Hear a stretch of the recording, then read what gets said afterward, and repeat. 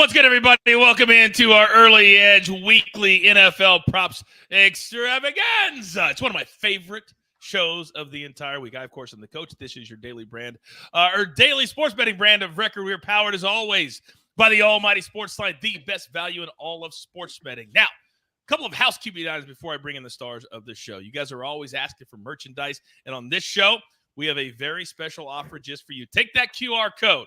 You use it, or you can use the promo code EarlyEdge20 at checkout. You get 20% off Early Edge merch. I keep telling you, for those who buy something and send us the pictures, you may be eligible for something around the holidays. That's all I'm going to say. We're always looking forward. Now, this show is very profitable, and every single week this year, we have been killing it with my guys. Last week, how about 9-6? Probably another great week at 4-1, 9-6 as a crew. By the way, Sia, who's not here today, he got called off on assignment. He wanted to make sure and tell everybody he was 3-2 on the show, but over the weekend he was 5-2 as well. Then last night, Uncle Dave hit one, C hit one, and then of course Proppy hits the plus 475 goose parlay. They never stop working. Let's bring in the stars of the show. We're going 3 wide this week. First and foremost, we get him on loan from the best fantasy football show in America, Fantasy Football Today. Uncle Dave Richard, good afternoon, sir. Coach, great to have you back. Always good to see you. Always good to see Proppy. We'll miss Sia. He helped bring up our average. Same thing with Alex. But I feel really good this week as usual. A lot of near misses last week. We will get back on track. And I am knee deep in NFL news right now, as you guys already know. So can't wait to get into the props.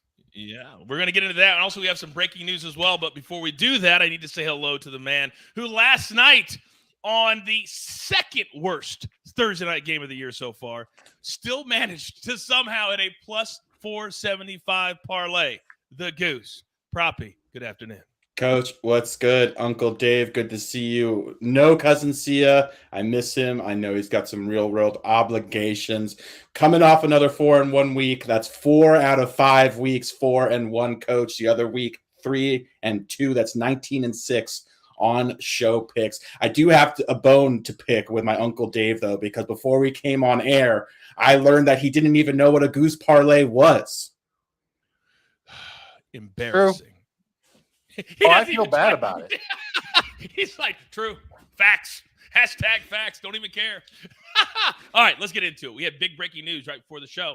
And Cam Akers, the starting running back, or was the starting running back for the Los Angeles Rams, well, they have not had a good start to the season. He is not playing this week due to personal reasons. Now, Dave, I'll start with you. From a betting perspective, we've talked about Cam Akers a lot this year. What are your thoughts? Well, it's interesting that the numbers just came out for Daryl Henderson's rushing prop and total yards prop. 56.5 is the number for rushing, 79.5 for totals. I think these are numbers that just came up straight off the algorithm. Last year, was it last year or his career? I think it's his career. When he's played at least 60% of the snaps, he's been 80-plus yards 6 of 11 times. So a little bit of an edge on the rushing and the receiving yards. It's a little bit worse when you get to the rushing only yards. I'm not feeling it. I don't really like either one. I think the market's going to try and settle in on which way is a little bit better. The odds so far do tend to favor the over. I would stay away from it. I think that he's a good number 2 running back in fantasy, but I'm a little bit worried about just how many total yards he'll put up, even in a great matchup against Carolina. Yeah, we talk about it all the time. Sometimes the best bets that you make are the bets that you don't make, and you got to know this kind of news. Alex, let me come to you because you're always in the lab looking at different things. How does this news kind of throw off this particular game?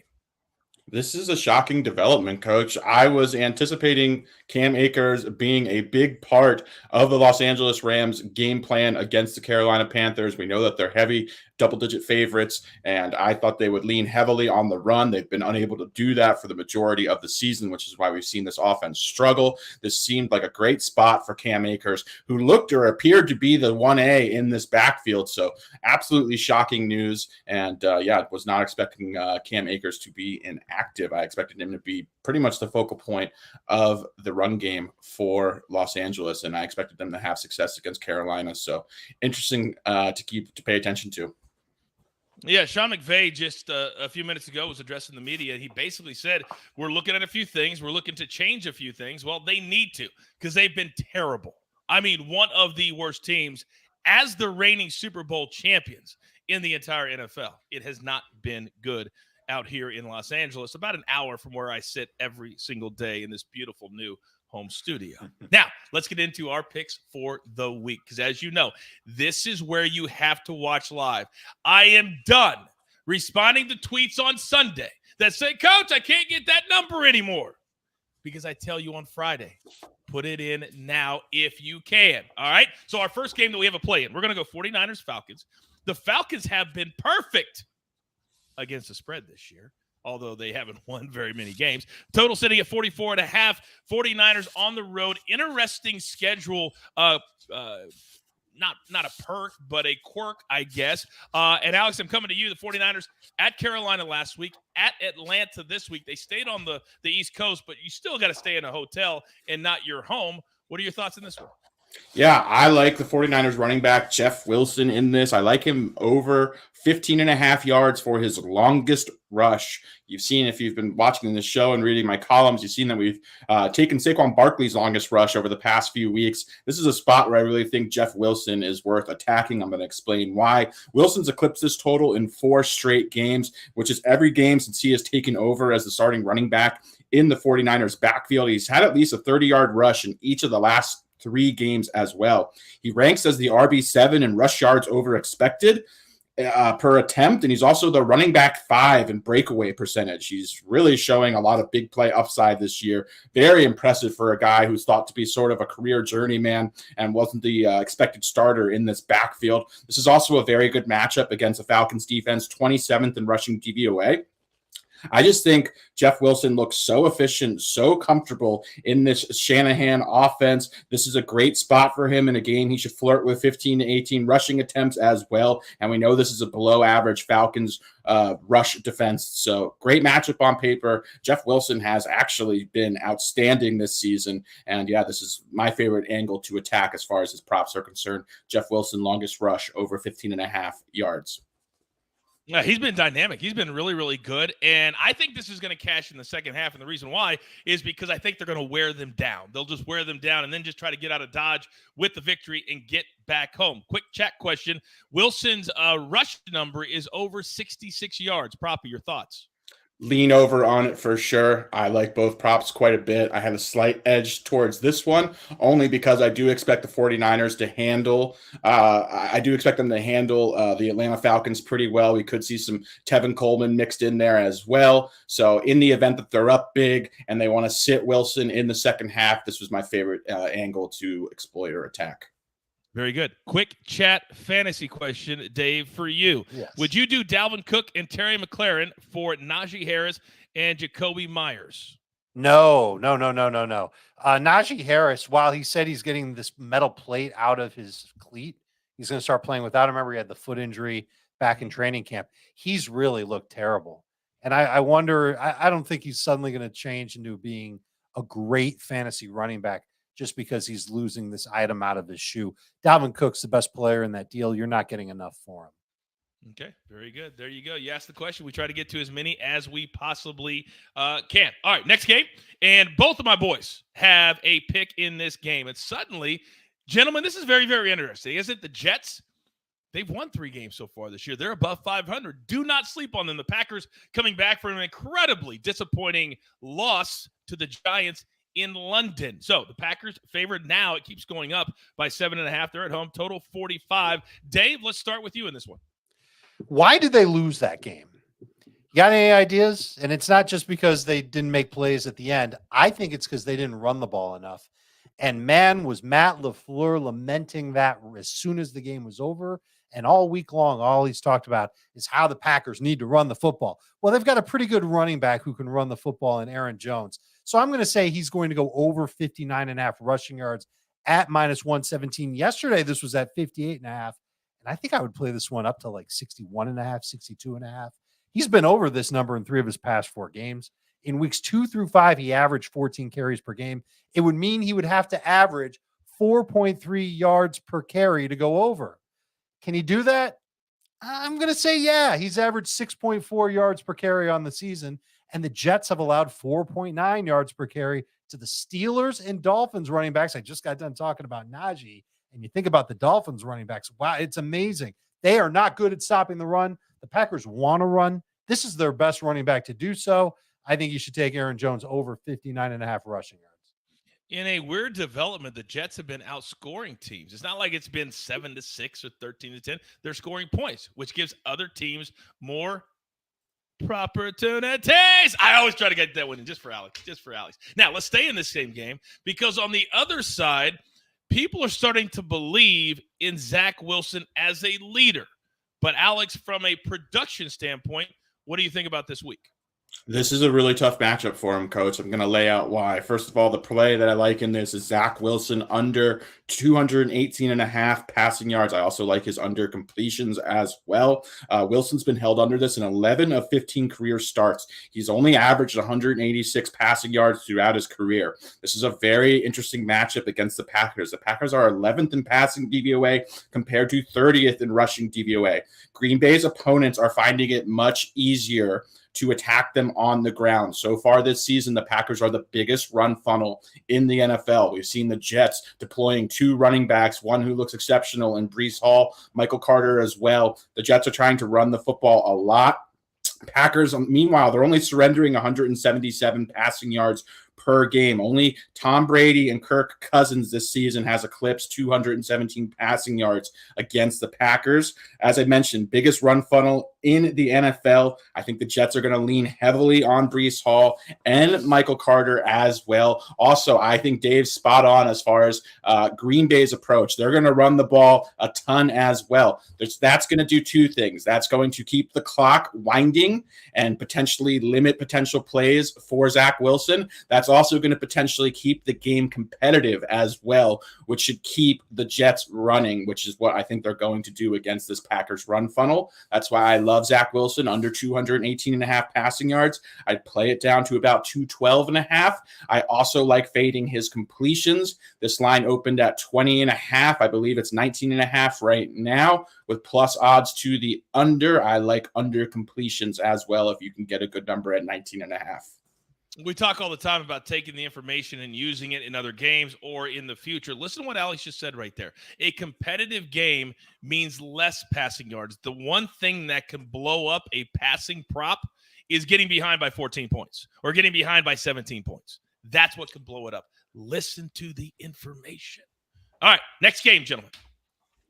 This is interesting because both of the Super Bowl participants a season ago have struggled out of the gates, the Bengals being the other. They're laying 2, however, on the road in the Big Easy against the Saints team that seems to have found their quarterback just as their other quarterback is getting healthy. The total is 43. But, Dave, when we look at both of these teams, the one thing they have not done well this year is score touchdowns.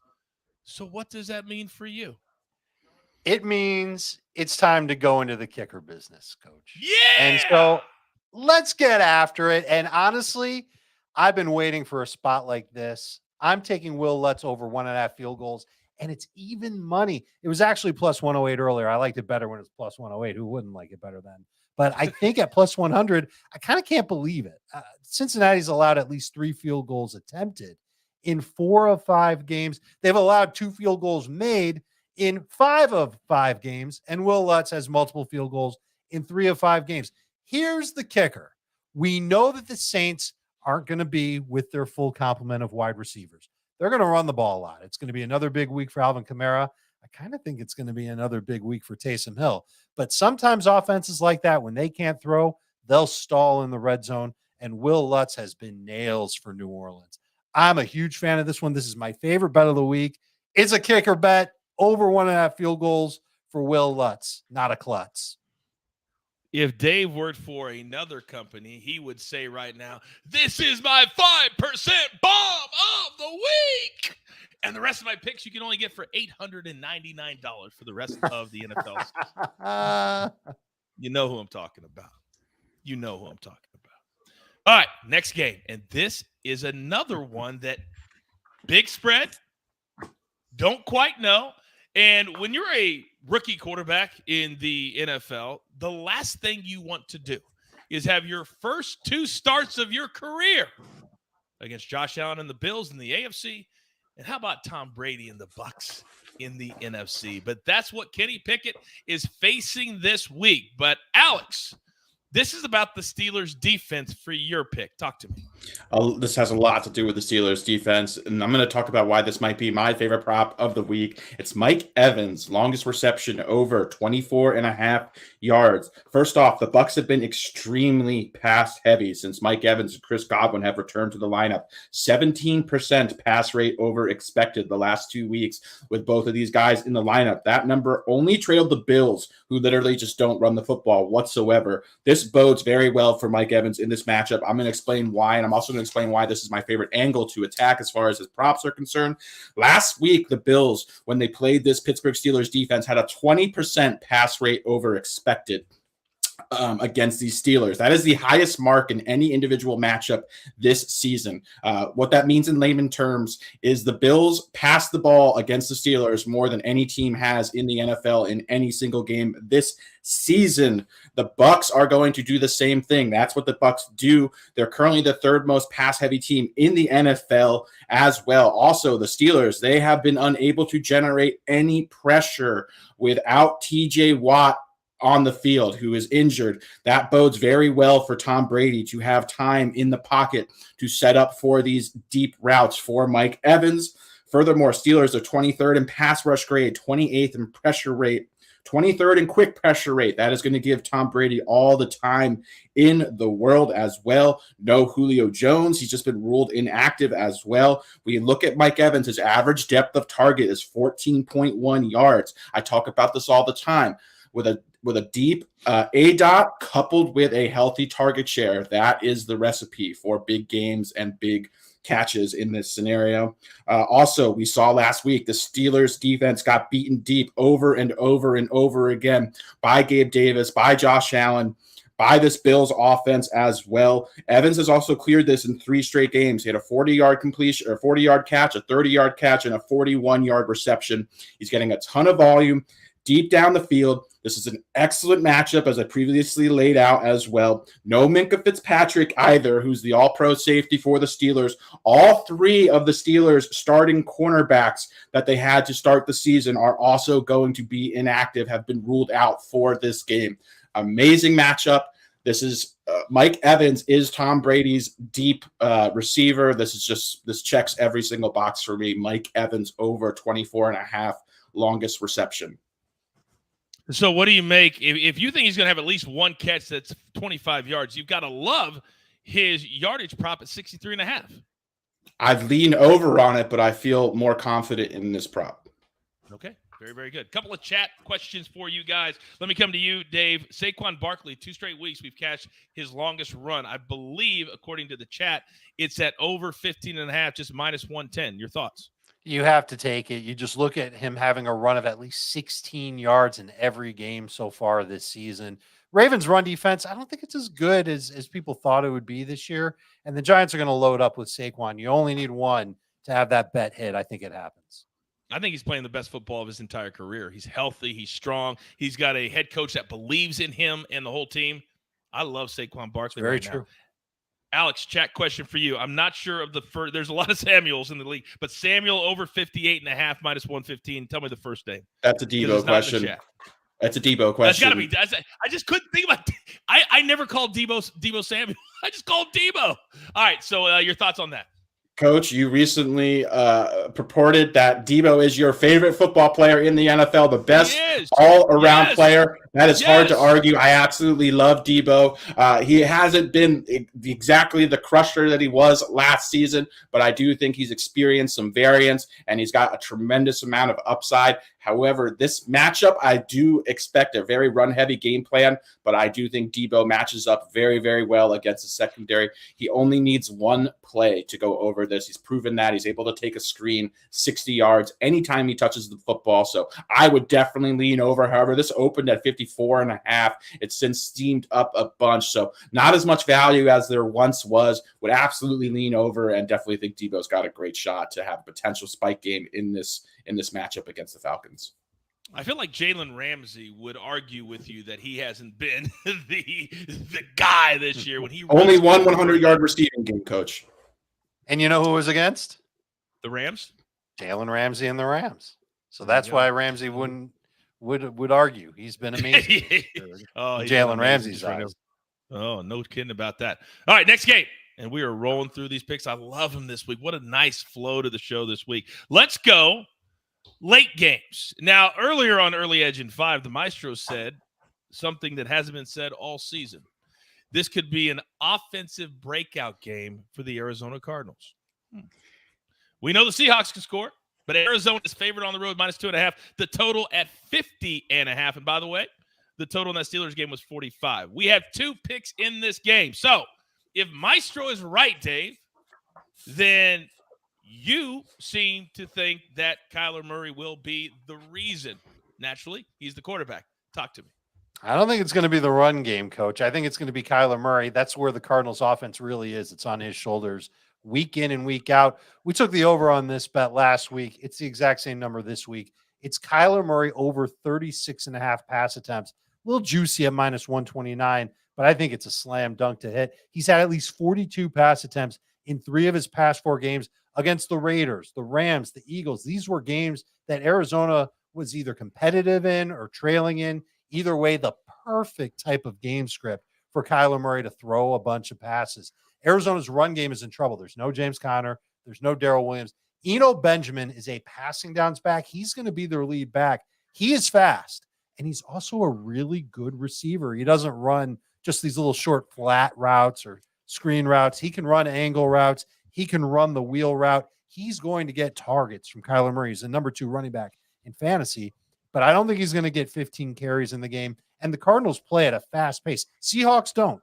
They're a slow-paced team, but that hasn't stopped Kyler Murray in the past. He's had at least 39 pass attempts against Seattle in each of his last 3 games. And Arizona, speaking of plays per game, they lead the NFL, 72 of them. A lot of them are going to be throws. Take it to the bank that Kyler Murray's throwing at least 40 passes this week.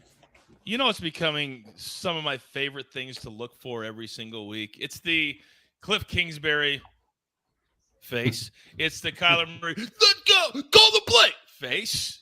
We get it every single week. Oh, it's like 2 guys that have no clue what they're doing in charge of an NFL team.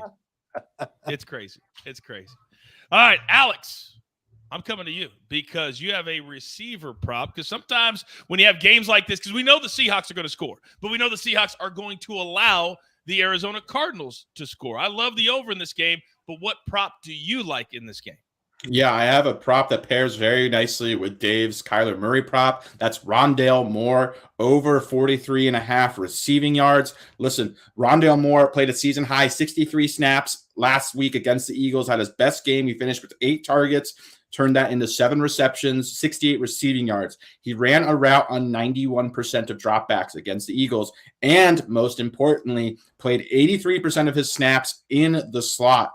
I actually faded Rondell Moore privately last week, and that had to do with him primarily lining up on the outside the week prior. But AJ Green returned to the lineup, and what Arizona and Cliff Kingsbury did was they stuck Rondell Moore into the slot where he has played the majority of his snaps over his career, and that is the most advantageous position to play out of, especially if you're looking at passing volume as well. Also, the Cardinals, they cut backup tight end Max Williams, which led to fewer 2 tight end sets. That is also good news for Rondell Moore. Facing a Seahawks defense, 31st in passing DVOA. This is a great matchup on paper. This game has a 51-point total, second highest total on this week's slate, only shy of the Bills and the Chiefs showdown. This is a great opportunity to get a piece of what projects to be a high-scoring shootout between 2 very good offenses, or at least above average offenses, and 2 subpar defenses. This is a great spot for Rondell Moore. He should see a ton of volume in this game.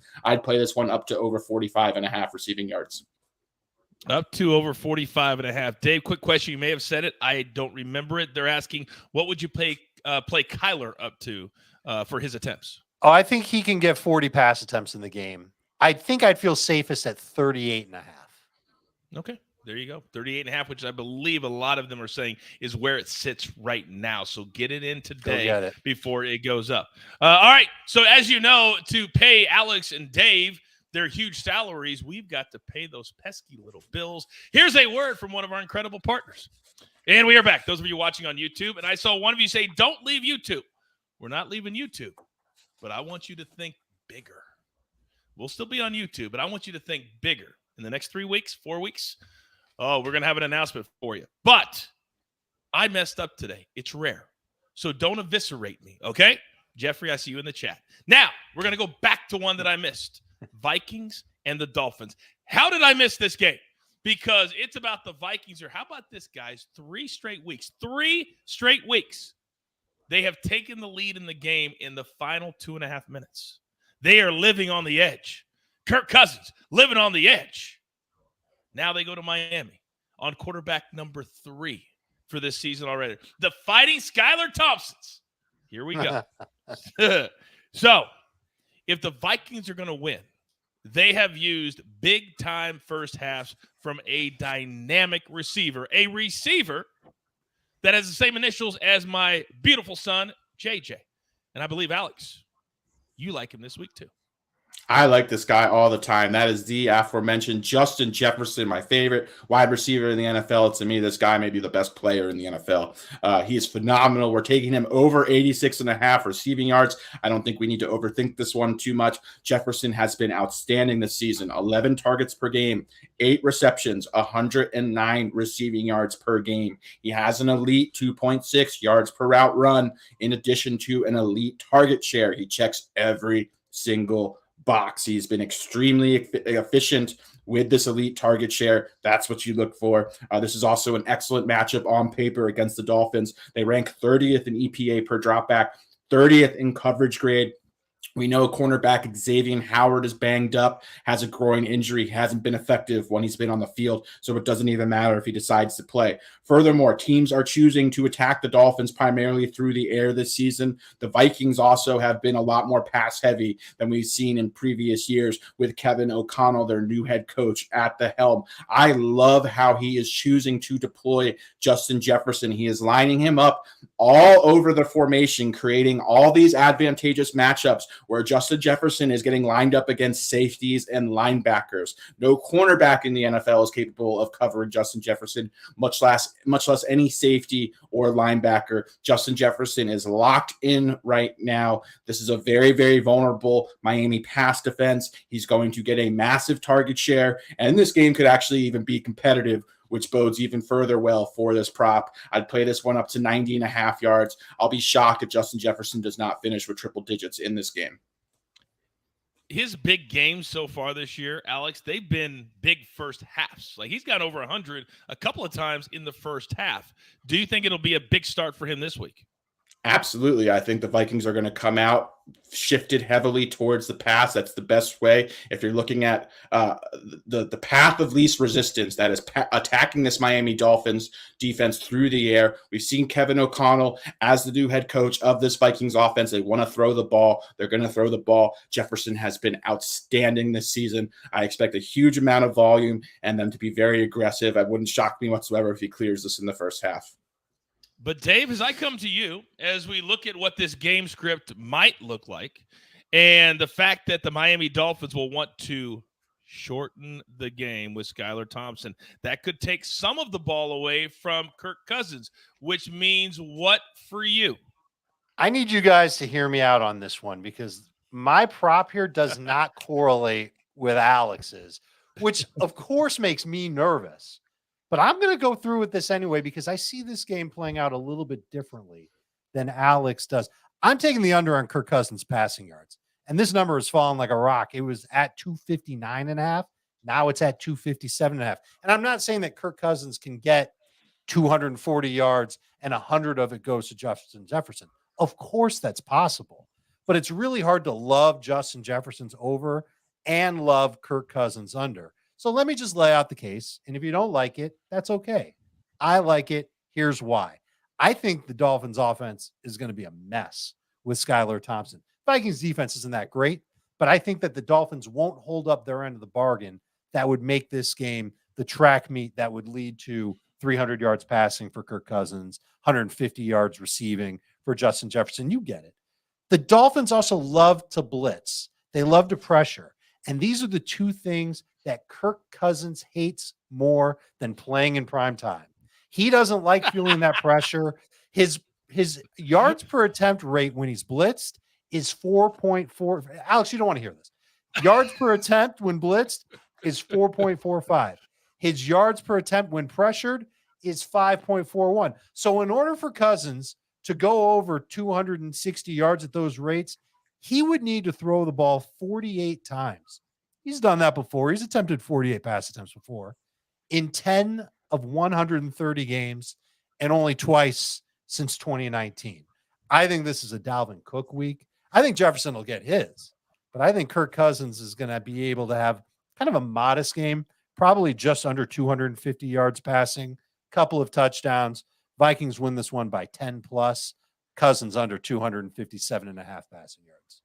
Oh, Alex, I'm very, very, very scared right now. But if anybody can make these two bets hit together, it's you two. It is you two. Real quick, chat question. Jefferson over 6.5 catches, minus 140, 15 seconds. Alex, go. Yeah, love it, but you'd just rather play the yards, way less juice. Yeah, a lot of juice. And 6.5, there's only a few guys in the league, Kelsey, Jefferson, Kupp, that go north of that 6.5 consistently. And as Alex always teaches us here on the show, there's way more things to happen to go under than to go over. All right, final game. And this could be the game of the week. I'm looking forward to it. 4-1 Dallas, the undefeated Philadelphia Eagles, the last undefeated team in the entire league. They're laying 6.5. This number keeps going up, guys. Total at 42. Dave, right now, to me, this is Tony Pollard's team, but yet the books don't seem to think so. Talk to me.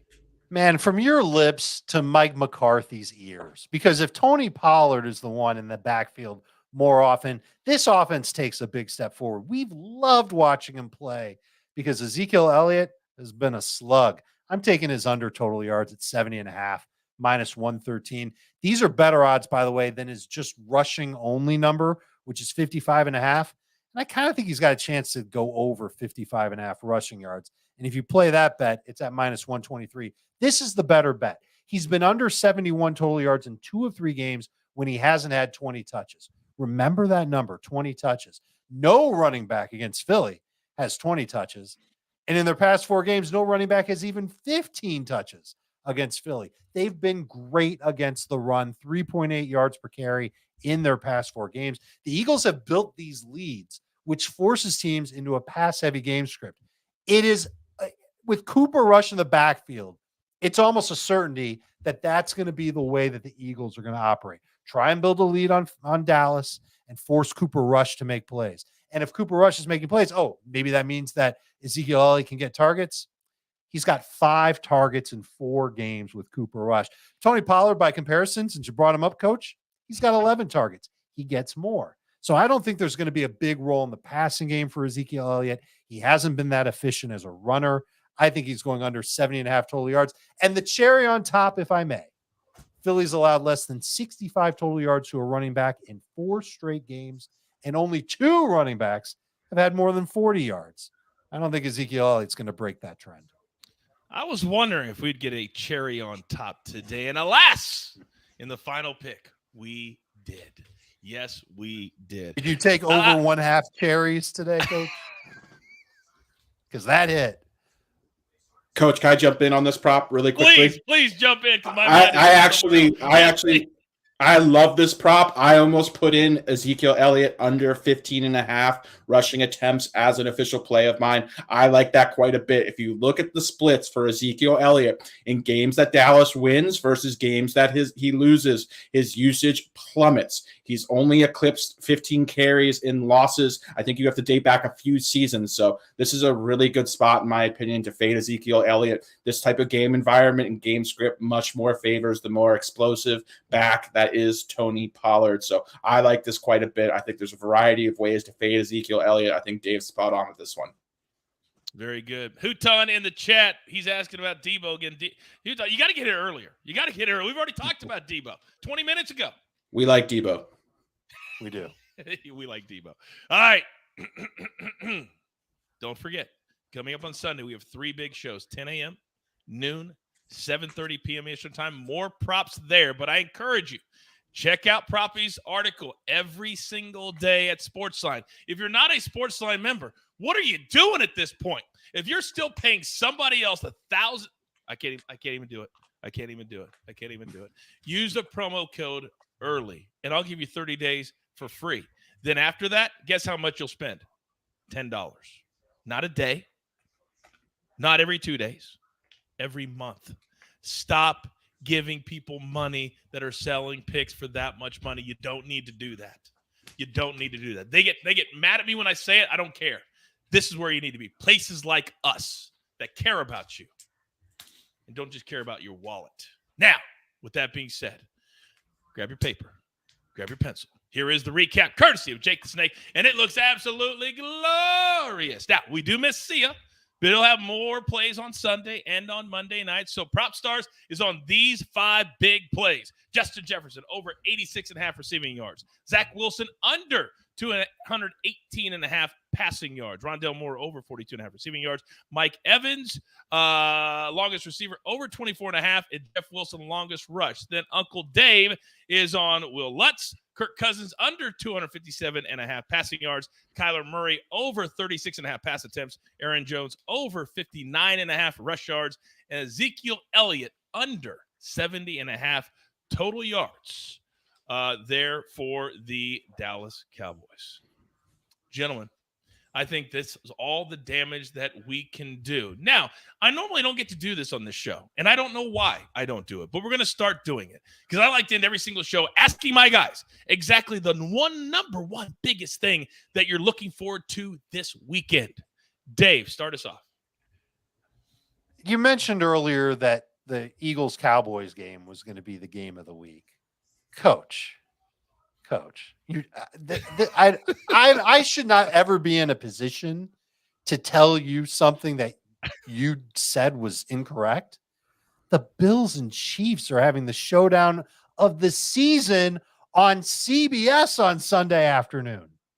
That's the game of the week, month, year, decade. Bills, Chiefs. Do you know what people call me if I would have done that? Do you know what people would have said if I did that? Company You're a man. homer, coach. They're your team. You talk about them all the time. That's what they say. Now, it is pretty cool that they're the only 425 game on Sunday. Of course, the NFL schedule makers doing us no favors for the 3rd week. Stop with the 9 early games. Give us 5 at 4 o'clock. It's okay. You're allowed. All right, Alex, you're up, big boy. What do you got? I think Dave took the words right out of my mouth. Both of these games, however, though, Eagles versus the Cowboys, and then we have the Chiefs and the Bills. I cannot wait for both of these matchups. We're going to learn who the class of the NFL is. These look like potential NFC and AFC championship games. I am so locked in. I can't wait. This looks like the best slate we've had so far this season. Yeah, it's really kind of a rubber meets the road type of week. We're now into week 6. So now you're starting to see teams separate. And it's never too early to start thinking about week 17, week 18 in the playoffs. And you got to win these games to get there. All right. What another good show with 2 of the greatest prop bettors in America. And you got this for free. There's only one thing left to do. And I believe you all know what that is. You've got your marching orders. Let's take all of these tickets straight to the pay window. For my entire crew, love them all. All day, PropStarz, even seeing the job who's on assignment today. I am the coach. Don't forget, it doesn't matter the day, the time, the week, the show, props, best bets. It doesn't matter. We are here. We haven't missed a day since December 2020. We're the only show in America that's done that. And we won't miss one anytime soon at the Early Edge. Good luck.